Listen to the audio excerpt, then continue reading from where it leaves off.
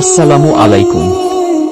আজকে আমরা তাহাজ্জুদের সালাত সম্পর্কে। তাহাজ্জুদের সালাত, এই সালাত রাত 12টা অর্থাৎ দ্বিপ্রহরের পর থেকে ফজরের পূর্ব ওয়াক্ত পর্যন্ত পড়া যায়। অনেকের মতে এই সালাত সুন্নতে মুআক্কাদাহ এবং 2 রাকাত থেকে 12 রাকাত পর্যন্ত পড়া যায়। এই সালাত পড়লে অত্যন্ত সওয়াব হয়।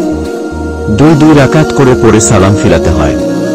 প্রথম রাকাতে সূরা ফাতিহার পর সূরা ইখলাস 12 বার, দ্বিতীয় রাকাতে সূরা ফাতিহার পর সূরা ইখলাস 11 বার, এরূপে কমাতে কমাতে দ্বাদশ রাকাতে সূরা ফাতিহার পর সূরা ইখলাস 1 পড়তে পড়া যায়।